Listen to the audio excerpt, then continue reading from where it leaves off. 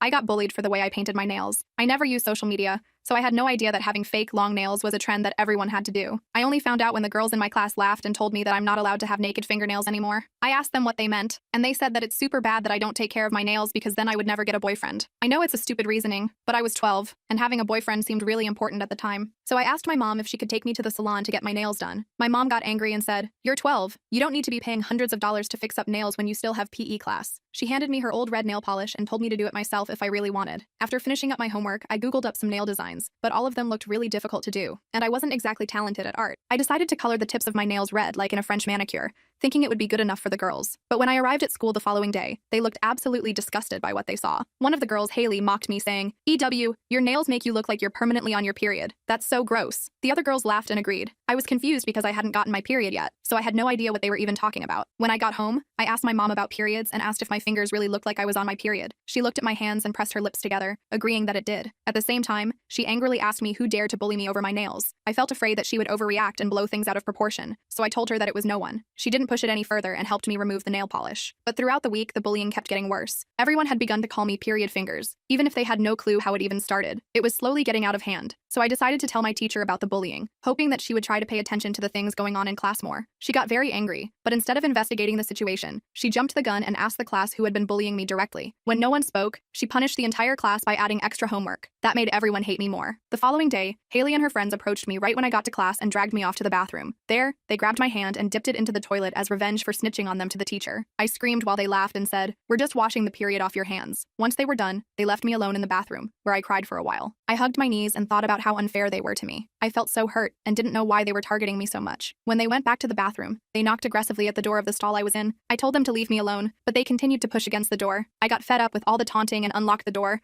aggressively swinging it back to knock the girls over. But as if I was in some sort of frenzy, I got on top of Haley and grabbed her hand, aggressively pulling and twisting her fake nail to remove it. Her friends froze and watched in horror as I ripped it off her hand. I didn't realize that some fake nails were really stuck to the original nail, so when I pulled it off, Haley screamed in pain. Her finger bled like crazy, and one of the girls fainted at the sight of blood. I got off of Haley, and she proceeded to cry her eyes out on the floor. I looked down and stared her dead in the eyes before saying, "Look who has period fingers now." Everyone got quiet at my comment but eventually pushed me away to drag Haley to the nurse's office. There they confessed that I had hurt them, but left out the fact that they bullied me first. We each told our side of the story to the principal, who decided to reduce my punishment from expulsion to suspension. Unfortunately, the girls never got punished for bullying me, but at least after that incident, nobody tried to pick on me again.